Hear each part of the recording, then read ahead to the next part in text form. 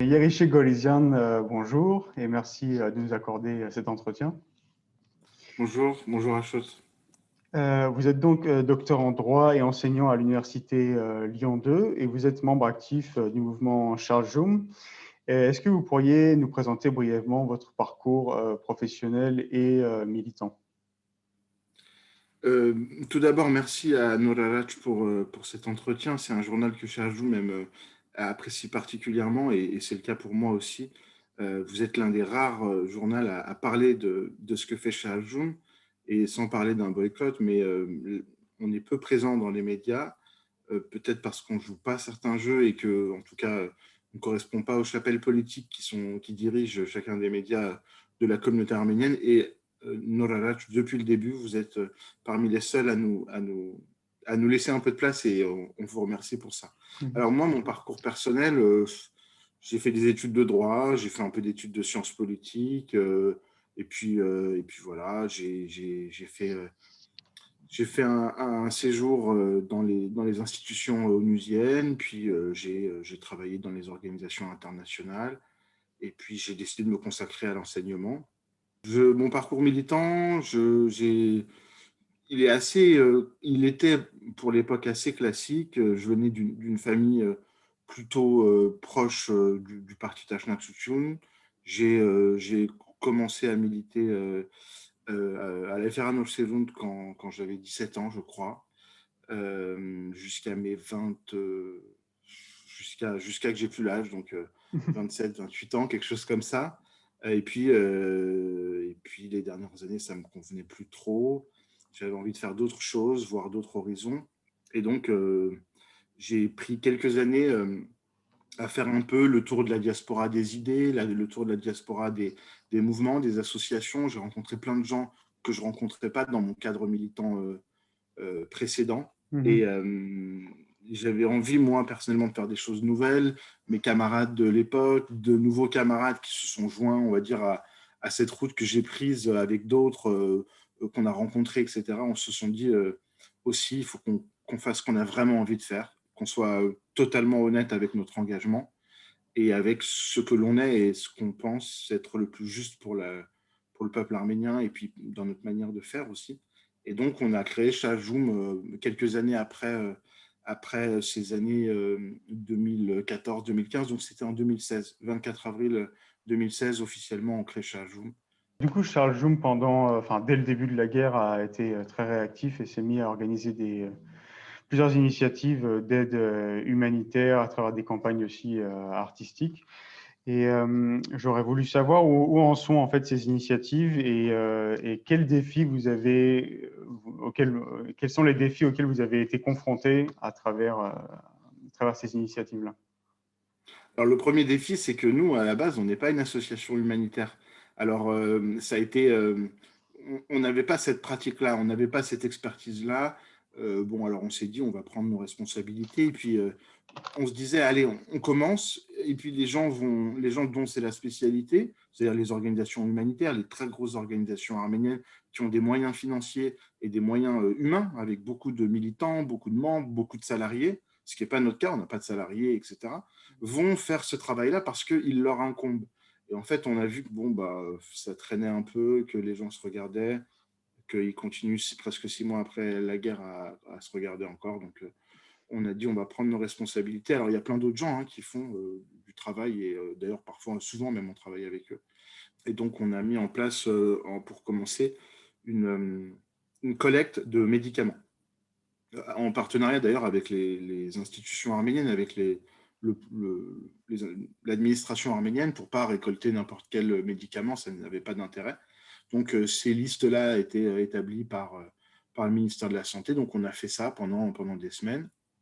Le deuxième défi, c'était de faire partir tout ça de France en Arménie pendant la guerre.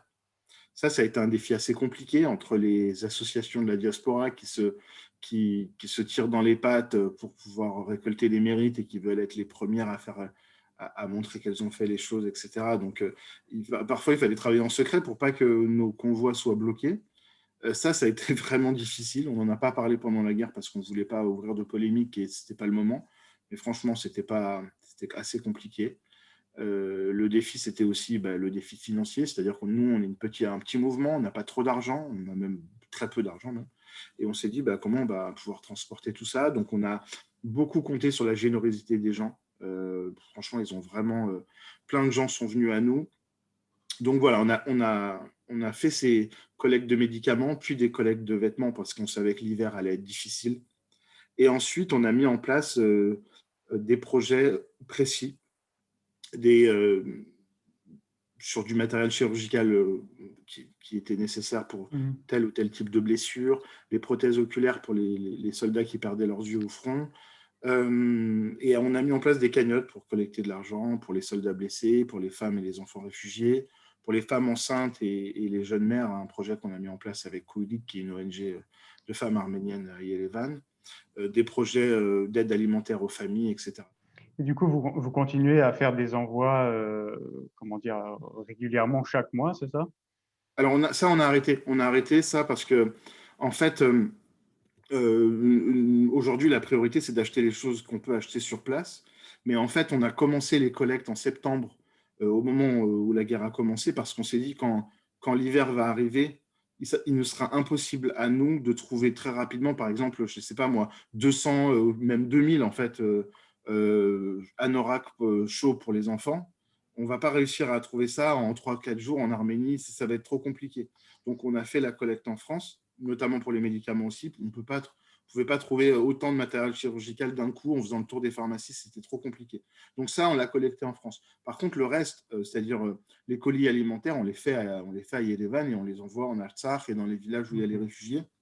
Mais donc, on ne fait plus de collecte pour l'instant en France. Si on sent qu'il y a une urgence, qu'il y a un risque que la guerre reprenne ou on sent qu'il va y avoir un problème, on recommencera les collectes. Mais pour l'instant, on privilégie la dépense de l'argent qu'on nous confie en Arménie. Donc, on a débloqué notre dernier container qui a tardé à être débloqué. Donc, on a encore un container. Donc, en fait, on a eu presque, c'était à peu près 2-3 tonnes par semaine. Donc là, on a encore, depuis le début de la guerre, donc au final, ça a fait plus de 20 tonnes. Hein. Et là, on a encore, je crois, en réserve, parce que ce container était bloqué, je crois, je ne vais pas dire de bêtises, 7 ou 9 tonnes. Donc là, c'est parti, on a loué les camions et on livre. Et justement, par rapport à cette histoire de container, vous avez dû faire face à certaines complications avec la douane arménienne. Et du coup, quelle leçon vous avez tirée de cette expérience, vous qui êtes passé un peu derrière les coulisses, quoi? Cette leçon, nous, on ne savait pas le dénouement parce que ça aurait pu mal finir, dans le sens où mal finir pour nous, c'était pas se fâcher avec les autorités arméniennes, mais c'était qu'on puisse pas récupérer notre conteneur. Nous, on s'est fixé comme mission d'aider des gens, donc on n'a qu'une seule parole et on s'est dit, bon, on est prêt à aller jusqu'au bout, même à se fâcher, même à rentrer en conflit ouvert. On a tardé à le faire parce qu'on ne voulait pas rentrer dans des polémiques. On est un mouvement qui aime bien dire les choses qui fâchent, etc., parce qu'on estime qu'il faut que des gens le fassent.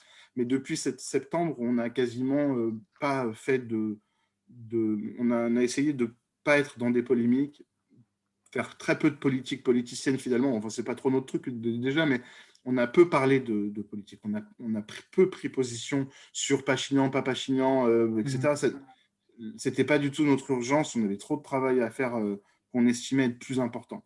Donc, nous, on était prêts à aller jusqu'au bout de notre démarche, mais bon, on voulait quand même récupérer notre marchandise. La leçon qu'on en tire, c'est que on a raison d'être indépendant, irrévérencieux, insoumis et d'être des emmerdeurs, si je puis m'exprimer trivialement, parce que en réalité, tous ceux qui disent ne faisons pas de bruit, ne nous fâchons pas avec le gouvernement, leurs cartons, ils sont toujours dans ce fameux Ah entrepôt. ouais. Ah, mais alors que franchement, nous, ce qui nous a fait le plus mal, c'est pas tant notre conteneur à nous, nos 7 ou 9 tonnes, c'est les centaines de tonnes qu'il y a encore, des chaises roulantes, du matériel pour les estropiés, de l'aide alimentaire qui sont restés bloqués là-bas. Et les associations de diaspora, soit par extrême gentillesse ou timidité, ou parce qu'elles s'en fichent peut-être, je ne sais pas, laissent leur carton. Alors, il y a certaines qui ont dû trouver des solutions pas très bon pour débloquer les cartons. Nous, on ne veut pas faire des choses comme ça, les bacs chiches, tout ça, ce n'est pas notre truc. Même si on ne leur reproche pas à ceux qui l'ont fait. Ils ont voulu travailler dans l'urgence et ils ont bien fait finalement. Enfin, ils ont fait ce qu'ils avaient à faire. Nous, on avait de l'avance dans nos conteneurs. Donc, ce conteneur-là, bah, il était bloqué. On disait, bah, tant qu'on a encore dans nos entrepôts à Yerevan de quoi livrer aux familles, c'est bon. Et au bout d'un moment, on n'avait plus rien. Donc, il nous fallait ce conteneur. Donc, la leçon à en tirer, c'est que parfois, il faut un peu menacer et on a ce qu'on veut. Et voilà. C'est triste à dire, mais c'est comme ça. Et vous, en tant que juriste, quelle est votre perspective en fait sur la valeur juridique de la déclaration de cessez-le-feu tripartite qui a été signée donc le 9 novembre et sur sa mise en œuvre notamment, je pense par exemple au centre de maintien de la paix qui est maintenant russo-turc, alors qu'on avait eu la promesse que non, les Turcs ne seraient pas présents. Donc, quelle est votre perspective sur tout ça? En droit international, à peu près tout ce qui est dit et fait a de la valeur juridique, mais à peu près tout ce qui est dit et fait peut être aussi contrecarré par les mêmes faits et les mêmes dires et les mêmes actes. Donc, rien n'est définitif. Il y a des tas de traités et des accords internationaux qui ne sont pas respectés et les choses continuent à fonctionner. Et il y a des tas de choses qui sont imposées à certains pays sans qu'il y ait pour autant de droit qui encadre cela. Ça s'appelle les rapports de force entre États. Aujourd'hui, force est de constater que l'Arménie est dans une situation d'extrême faiblesse parce que son seul allié, entre guillemets, c'est une Russie qui elle-même a besoin de négocier avec la Turquie parce qu'elle se sent peut-être mise en danger ou en tout cas bousculée par la Turquie. Donc, on marche sur des œufs, c'est une situation qui est compliquée. Et en réalité, ce n'est pas tant qu'est-ce que l'Arménie peut faire, mais qu'est-ce que la Russie peut faire, puisque l'Arménie aujourd'hui est pieds et mains liés. Et toujours sur le plan juridique, il y a énormément de batailles qui sont menées avec la libération des prisonniers de guerre, la délimitation des frontières, la condamnation des crimes de guerre, la préservation de l'héritage culturel. Donc il y a beaucoup de choses qui ont lieu sur le terrain juridique. Et justement, à cause de ce rapport de force, comment dire, de l'affaiblissement politique et économique de l'Arménie, comment est-ce que par le droit, on peut faire valoir, enfin défendre nos intérêts selon vous? Rien ne peut être uniquement juridique parce que le droit, c'est vrai que c'est un outil qui peut permettre, dans un moment donné, en jouant avec des procédures, en brandissant le droit de s'émanciper, de résister, etc. Mais le droit, c'est aussi un instrument de domination, c'est aussi la résultante d'un certain nombre de rapports de force et il faut pas nier cela. Il n'y a pas de droit libérateur de manière absolue, comme il n'y a pas de droit qui peut opprimer de manière absolue, quoique la deuxième hypothèse est plus fréquente que la première. Mais voilà, c'est peut-être pas la réponse qu'on attendrait d'un juriste, mais c'est la mienne. Alors, il y a des choses qui ont été entreprises, notamment par l'Arménie. Dès le commencement de la guerre, le gouvernement arménien a saisi la Cour européenne des droits de l'homme pour alerter d'un risque de violation de cette convention internationale par la Turquie et l'Azerbaïdjan.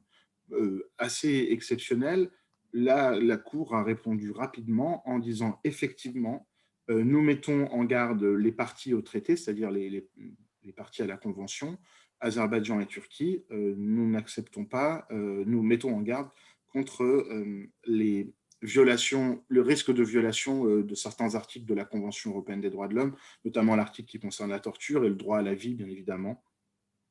Bon, on voit que malgré cela, les troupes azerbaïdjanaises et turques n'ont pas respecté cette injonction de la Cour européenne des droits de l'homme qui n'a pas la possibilité de contraindre, elle a juste la possibilité de juger, d'alerter, de mettre en garde.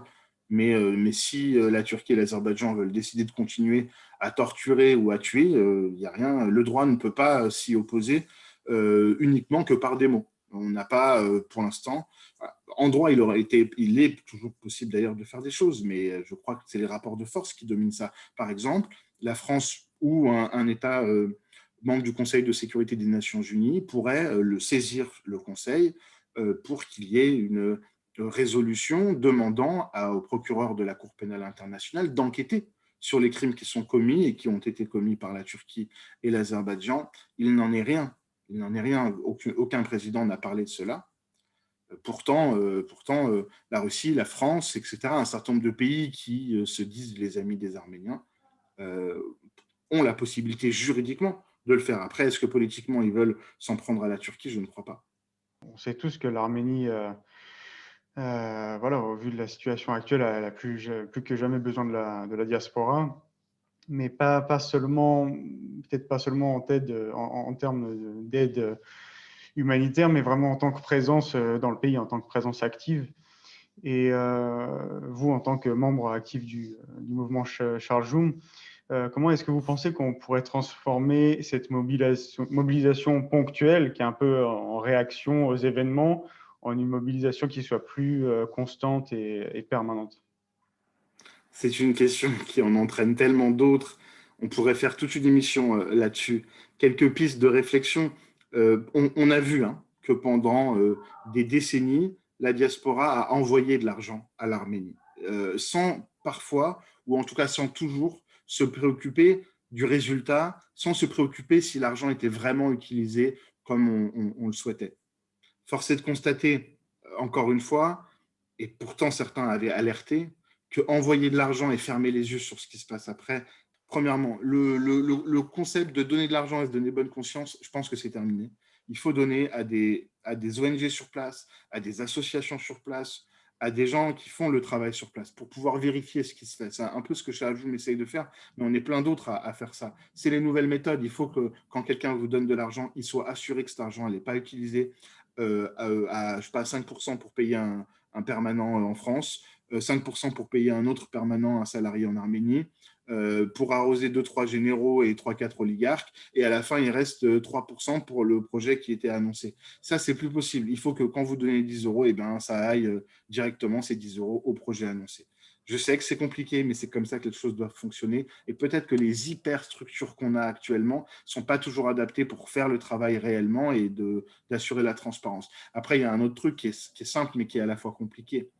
Euh, je pense que le gap, l'écart entre diaspora et Arménie va être petit à petit mis à mal et aboli. En tout cas, je l'espère. Parce qu'il y a beaucoup de gens de diaspora qui vont vivre en Arménie, en tout cas avant cette guerre-là. Moi, j'ai vu un élan extraordinaire de gens qui, en diaspora, parce que pendant un an, ils n'avaient pas de boulot, ils allaient en Arménie. Pendant, ils avaient fini leurs études, ils se sont dit, bah, pourquoi pas aller 2 ans en Arménie. D'autres qui avaient réussi les meilleures études d'Europe et des États-Unis, qui se sont dit, bon, bah, moi, j'ai réussi mon parcours universitaire, j'ai envie pendant un an peut-être de me mettre au service de l'Arménie et d'aller faire des choses là-bas, et qui s'y sont plus et qui sont restés. Il y a plein de gens qui mènent des projets vraiment extraordinaires et qui vivent là-bas et qui sont là-bas. Il y a des événements qui nous ont contraints à ça, moins heureux que ce que je viens de dire, notamment la guerre en Syrie, qui a fait qu'il y a beaucoup de gens de diaspora qui vivent en Arménie. À terme, les gens qui veulent réfléchir sur le destin du peuple arménien vont être obligés de plus dissocier Arménie et diaspora, et de penser le sort du peuple arménien dans son ensemble. C'est pas que des mots et c'est pas que des rêves, parce qu'on sait qu'il y a quand même des différences. Je veux dire, nous qui vivons en diaspora, on a des vies quand même, pour certains, beaucoup plus confortables que les gens qui vivent en Arménie. Donc il faut quand même avoir l'humilité de se dire, voilà, c'est pas, on peut pas dire un peuple, une nation, etc., avec ces slogans qui sont périmés. Mais néanmoins, il y a des ponts qui se sont bâtis. Et ces ponts-là, ce n'est pas les organisations, ce n'est pas les hyperstructures, ce n'est pas les grandes institutions arméniennes telles que les partis politiques ou les églises, etc., qui ont uniquement bâti ça.